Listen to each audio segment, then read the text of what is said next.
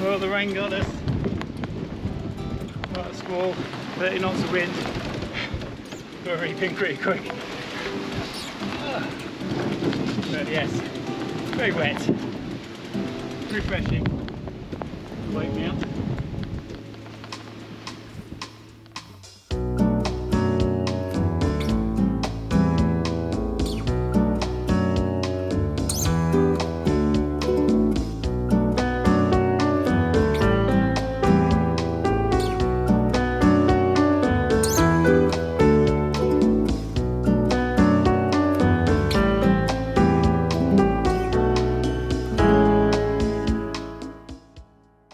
Hello and welcome to Grenada, where it is very windy and the anchorages are rocky. But the island is lovely and it's proper Caribbean sailing in blue waters, enjoying it a lot. And we've been exploring inland as well. I hope you like the film.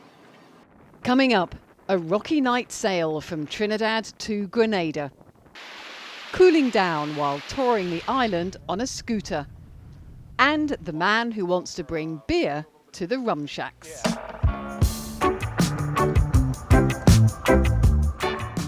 We begin in Trinidad. Peaceful, majestic, but for us it's time to leave. We spend our last day moving the short distance from Chaguaramas to Scotland Bay, a quiet enclave where we plan the next stage of our Caribbean adventure.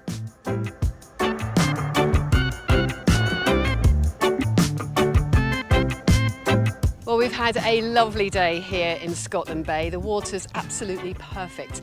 But we are going to go now to Grenada on an overnight trip. It's 80 miles, so it's about 16 hours for us. We decided the best thing to do was to do it overnight and get there fresh tomorrow morning. So Steve is now getting the sails ready. Yep, that's all done. So I'll get on the anchor. We can get going. Okay. I was just going to be dark before we get going. Back into night sailing straight away. We quite like the night sailing now, and it's nice to just be out and back on the boat because, yeah, a month or so in the yard's a bit much. You can see got most things done. Deck's looking a lot better. The varnish isn't quite there because I ran out of the varnish I need. I used the wood skin on this one here, and they didn't sell it there, so I've run out. So it needs a couple more coats. But apart from that, it's all done. So let's get the anchor up. Get going.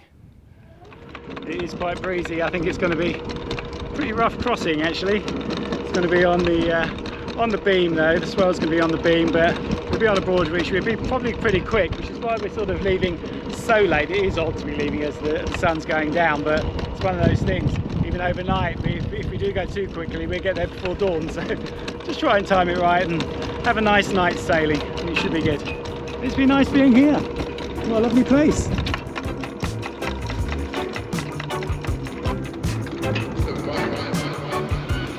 Well, the ripples on the water are a bit of a giveaway. There is quite a tide coming through here, which is a little bit scary, but yeah, we'll manage. I'll get through, I'm sure, and then we'll be out the other side, and it's almost a straight line to Grenada. Yeah, we might as well get the sails up, or the mainsail up anyway, while we're in here before we get out in that swell. So you're going to have to deal with this bit of tide. Just take us over, gives us a bit of room, and let's get this mainsail up. Yeah, just a little bit further up. Yeah.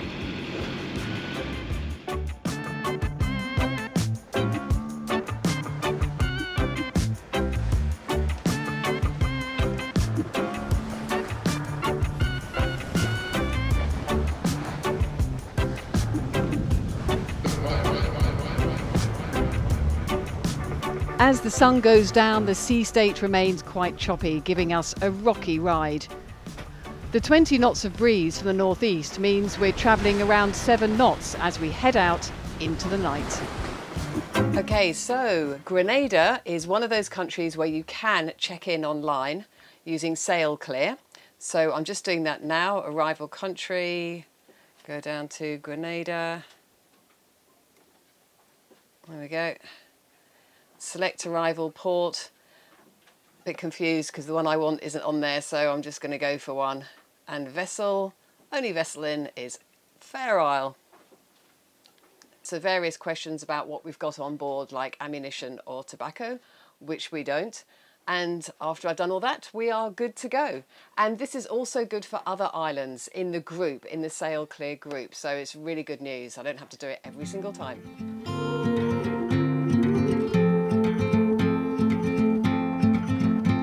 We point our nose directly for Grenada, and as night falls, we're making good progress. The only caveat is the strong current that keeps pushing us west, pinching us up against the wind. But it's no great shakes, and at first light, Grenada is in sight. So the sea's flattened out a little bit now. We're in the lee of the land there. And we're coming a little bit too far west because of that current. 3 knots we had at times, that current coming through. So we'll just tack across, maybe wait for this rain to go through, and get into Prickly Bay.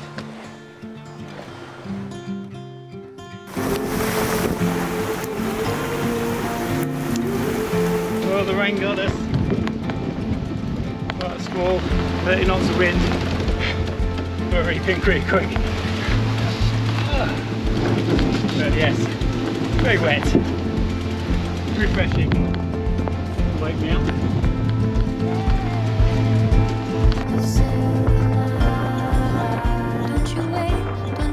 Not quite the graceful arrival we had in mind, but there is a fantastic rainbow, and we are here, along with plenty of other boats.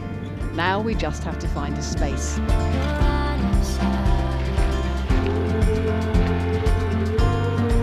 It looks a little bit crowded. It's very crowded.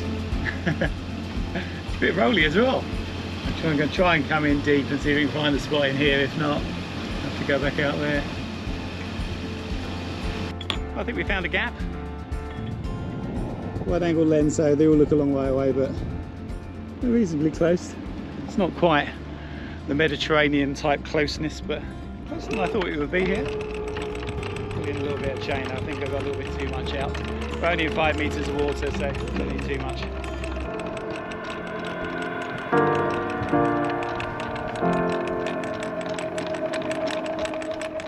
Well, we're just getting ready to go out and have a bit of an explore of this lovely island.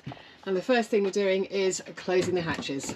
Yeah, it seems a bit counterintuitive because it is very hot, but you get sudden rain showers here. We had several on the way in, so yeah, we don't want it soaking wet when we come back, so I'll close all those. And yeah, and I have got, look, I fitted another one of our fans, one of our special fans.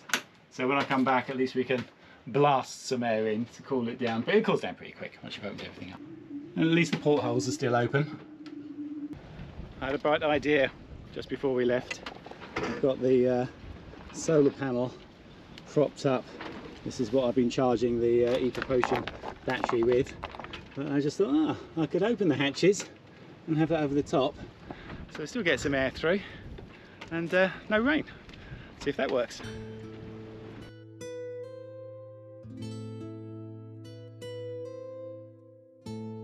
Oh, good dinghy, Doc. Yeah, it makes all the difference, doesn't it? It makes you feel welcome. It does. We already visited it once this morning just to go up to that little hut up there, which is custom. It's a much easier experience than Trinidad. 10 minutes, it's because I've done it all online. So yeah. Trinidad, join the group. Yeah, such a good idea. Anyway, we're off on a little excursion, little visit. Gonna go up the hill. Is that why it's called Prickly Bay, do you think? Yeah, very prickly. Well, our mission today was to actually come out and get some food, get some veggies, but look, this is something we've heard about actually, haven't we? We have. You can do tours and go around and taste real ale. We will be doing that. Definitely. We're going to come back here one evening. They do real ale, they do proper IPAs, definitely on the list. But first, some boat jobs.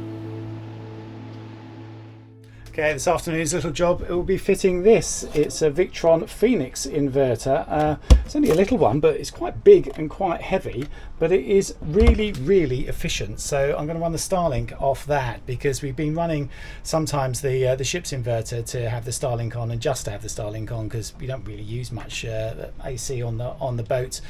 But of course the Starlink has to be run by AC unless you do that real sort of mega conversion through to DC, which you can do, but then you have to use a different router. It's quite involved to do it, and this people say is pretty much as efficient as doing the whole thing directly from DC. This thing is so efficient, you're not losing much through it at all, and it would be better for us as well, because at the moment when I do it through the ship's inverter, I have to go into the engine room to turn that on, because the remote, which is on here, doesn't work, because Mastervote in their infinite wisdom have not made their new stuff compatible with their old. So I bought a new inverter and it doesn't work. I've whinged about it before, but it's really annoying, things like that don't work. It's got the plug for the remote, but doesn't work. So this will be much better. I can switch it from the panel, just switching the DC side of this on, and then that will turn the Starlink on. I'm going to mount it in here, and I'm moving the router. The router used to be in the aft cabin, but if you saw the thing that we did on Starlink when we first got it, it meant that in the saloon it wasn't a perfect signal. It sort of, when you tested it seemed okay, but I think it probably is a bit slower. So now it's going to be here, which is closer to the saloon. It's sort of in the middle of the boat, so it's better.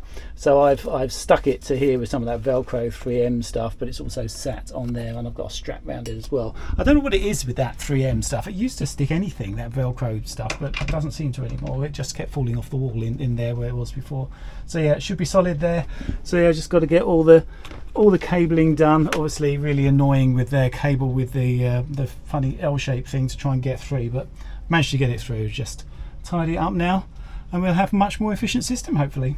Okay, well, got it wired up, but didn't actually work. Got some odd error lights flashing. Not exactly sure what they mean, but I've taken the top off it, because I know that you can actually change this over from being a floating earth here to being bonded there. I'd rather keep it floating where it is at the moment, and I actually think it might not be that. It might be that it hasn't got just a strong enough feed to it, because I actually fed it just directly from the switch panel directly to here, or switching it onto there. It'd be more elegant really to use that switch onto the remote and have this with some nice thick cables directly up onto the panel, which is what I'm putting in now. And I'll put a nice breaker in there as well. So yeah, I'll get that done. See if that does it. If not, then I'll have to fiddle around with the floating earth and see if it's an issue with that. And I've got lots of grub screw fittings, so definitely a case from a box of ferrules. Hate having bare wires in grub screws. And these were the breakers I stripped out of the solar system. They were no good for that. Don't take the high current for any length of time without getting warm and distorting things inside, but they'll be fine for this.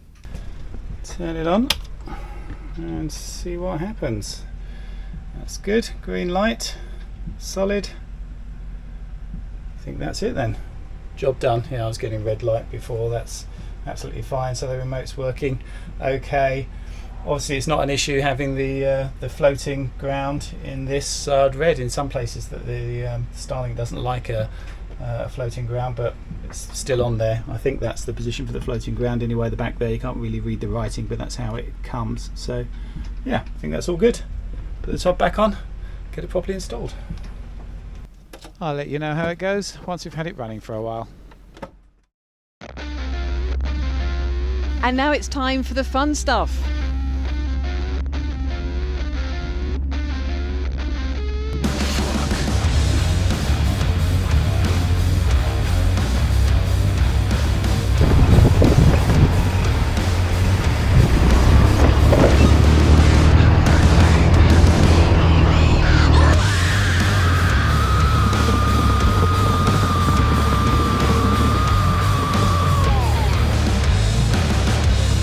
Yes, we do know it's only a scooter, but hey, it's a great way to travel. Well, it keeps you cool travelling on the scooter. Yeah, you certainly need the breeze out here. And here we are at the Tri-Island Chocolate Factory. It's great. Let's get some chocolate. The chocolate plantation is on the other side of the island, but there is one tree here to show what the chocolate pods look like. It's not hollow. No, not it's ready. not. And it's on a branch. Yeah. It should be it should be more on the trunk. They should be like that, more of those, but they're not the right colour yet. It's got to have a bit of a sunset colour to it and have a hollow sound when you tap it. So nothing ready on this tree yet. Inside a ripe chocolate pod. Yeah, it feels like it's the pod inside, isn't it? Well, there's little pods in. Yeah, I mean, you can see. Oh yeah, there we go. Wow. Ah. So this is what it looks like. So this one is a little dry, but you can still suck on it. Yeah. So you suck on it, it tastes just like a lychee or a lychee. Oh, okay. So you don't bite into the seed, you just suck the white stuff just out, suck the white and stuff. then you put the seeds in the bin. Okay, thank you. Wow. Mm. It's not bitter. That's what I thought. Well, a bit bitter. So cocoa is not really bitter. No, and then what's that? Is that the stone? That's a seed. That's a seed. Yeah. Okay. Once dried, the beans are sorted by hand. So these are the healthy ones that is used to make the chocolates, and these are the ones that we throw away, which we say the bad beans. Okay. And how do they get bad? So the bad beans, it can be used, but not to make chocolate, even though Hershey's use it. It can be used to make cocoa powder, which you drink in your hot chocolate around Christmas time, and it could be used to make cocoa butter, which is the main ingredient for white chocolates. Right. The reason why we salt is because those that are very small and flat, if you roast them with the healthy ones, they're going to burn under 5 minutes. Your dark chocolate is going to taste bitter. And those that have small holes and cracks, we are not too sure if there's bugs on the inside that we are not able to see, so we just throw them away. Yeah. Right. Yeah. Okay. So that's the key to good chocolate, is to just use the good beans. Correct. Yeah. And it tastes great.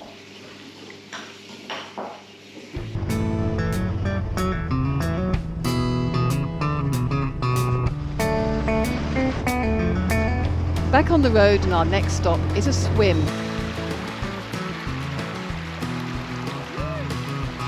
Not a massive waterfall this time, though Grenada has several. More a dip in a stream just to cool down.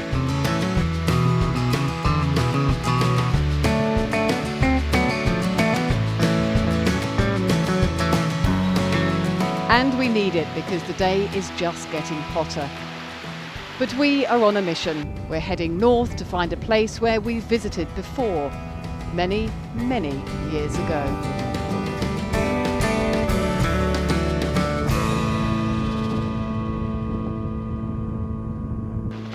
Now there's a little bit of history here because 25 years ago we came to Grenada to make a film about organic bananas. Yeah, and they're still here, look. It's not so many of them nowadays, but what there is left is doing well. Yeah, the estate no longer sells bananas because it's moved into a different area of sales. They're making rum. And they've always had sugarcane coming in here for hundreds of years. They've got a water wheel, all that sort of stuff. It's all organic, but I think they've realised there's more money to be made out of rum than there is out of bananas. Exactly. Funnily enough. Dump the bananas.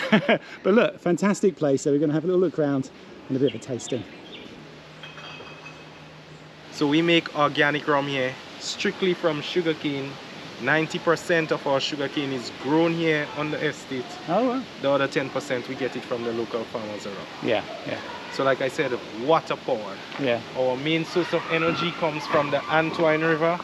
The sugarcane is crushed, or rather mangled, through these giant rollers driven by the water wheel. Is that dry now? It's sort of spongy. It's inside.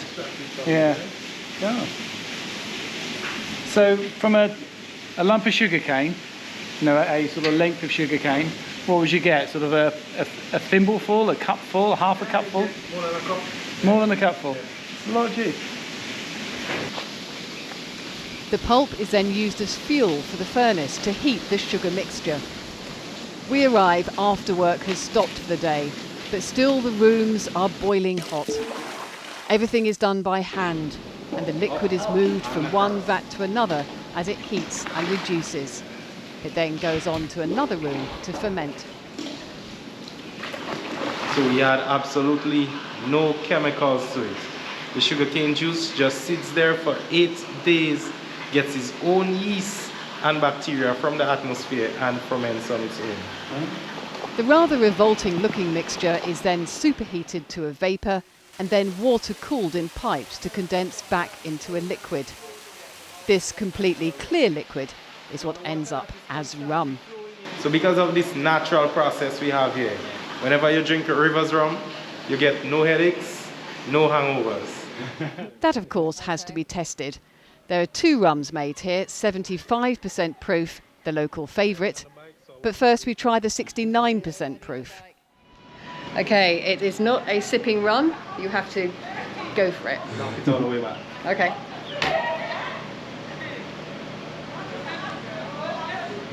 I think I'm going to get some water. Wow, it's nice though. It is Nice, yeah. It's only 75. 75. Go on, go for it. You're driving, right? This one is way smoother.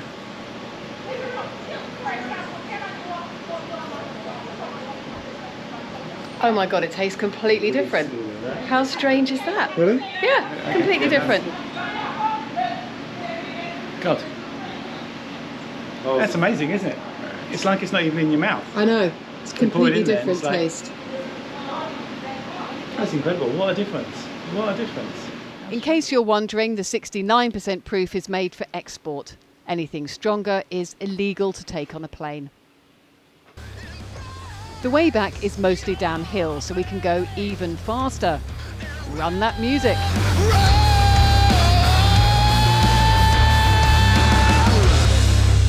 And finally, well, we promised you beer.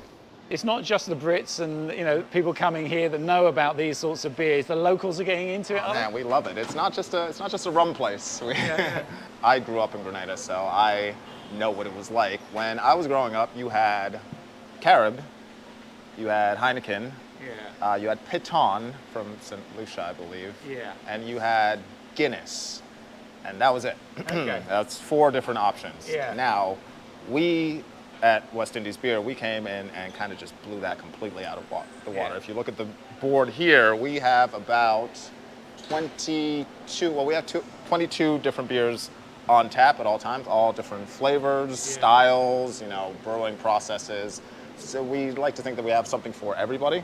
Everything's done here, is it? Yes, Everything's done on that's the other site? cool thing. Like the journey of the beer, it doesn't have to go very far to actually hit your glass. Yeah. Like the entire journey starts here and ends there. Yeah. So this is our production side of things. So it's a very simple process. It's only 3 steps. Well, I'm actually going to make beer tomorrow, and I've got all my ingredients right here. So this is kind of all that goes into a beer. Okay. Like, Oh, Fuggle hop yes, pellets. UK style hop. Yeah. I mean, it's one that we grow in Kent, where we used to live. Yes. Fuggle's a big hop. Yeah, we also have one called East Kent Golding, which I assume the Goldings. Yeah, that's right. I mean, Golding is one of the ones. Golding is a family name, or? It is, yeah. Okay, all right, that makes sense. Yeah.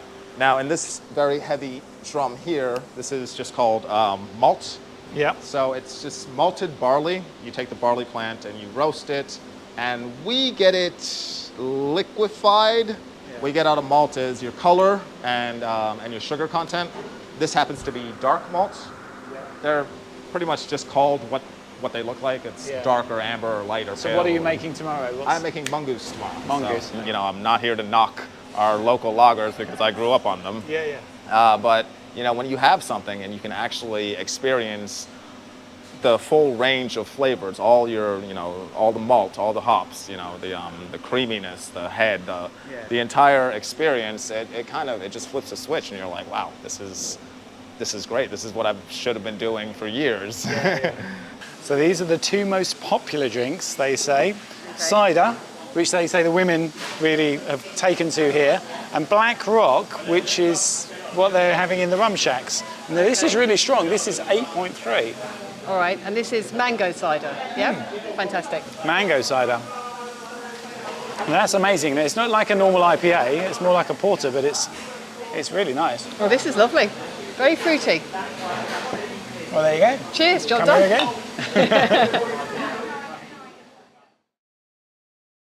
Yes, beer in the rum shacks. Now that's quite a thing because there are loads of rum shacks around here and they all contain spirits. Yeah, and the Grenadans like their strong liquor, so they're going for the 8.4, the beer they're taking there. But if you go to the pub, you can get whatever you like. Their standard IPA is about 4%, I think, and so is the cider you were drinking. Yeah, exactly. Very fruity, lots of different fruits. Yeah, yeah. And the rum, I mean, that was amazing, the rum. You know, when we did that taste test, the difference between the 75, the strong one, which is their normal one, and the watered down version, the 69% one, was incredible. It was. I couldn't see why that is so, because it's just watered down, that's all they're doing. Exactly. So if anyone knows, do let us know, because they had to make the 69% because after 9/11 you can't take anything more than 70%, I think, on a plane. So they won't allow it. Exactly. But it was lovely to go to the organic place. I call it the organic place because we went there before to see the organic bananas, which I think it's a shame they don't export organic bananas anymore. Yeah, it was a sort of faddy thing, I think, because in the UK we went through a sort of fad of wanting organic everything, and you can't get organic bananas from Central America because they've got a fungal disease called black zika. So in the Windward Islands, they thought, great, we'll cash in, we'll do all these, all these stuff organically. But I think it probably just didn't sell as well as they thought. So we've gone for the rum. But here is the mystery: why on this beautiful island is there not more fruit and vegetables grown? Because it's just incredible. We haven't found it, so maybe it's just us. But when we did go shopping that day, when we first found the brewery, I was looking for lemons, and we found 3 imported lemons at $2 each. Yeah, and a couple of local oranges, which were inedible. They were absolutely horrible. Which is, I mean, you walk up and down the mountains here, and it's lush and it's green. Obviously, things just grow here. So why are they not growing things? So yeah, if anyone knows. Apart from avocados, massive avocados, and they are absolutely fantastic. They're to die for. They're fantastic. They are. And anyway, Steve still hasn't found his varnish either. No, I haven't. No, if anyone knows anywhere in the Caribbean where you can find international wood skin, do let me know, because I do need to get some. Now that's the whinge over, because we are actually really happy here, and we will be here for another couple of weeks before we continue up north to St Lucia. Yeah, we'll work our way up slowly before we have to scoot back down again for hurricane season. But yeah, we're enjoying our trip up through this part of the Caribbean. It's been very, very nice. It is. It's absolutely lovely. Living up to all expectations. So thank you very much to our patrons. Thank you to our subscribers, and do subscribe. It's absolutely free. And thank you for watching. Thanks for watching.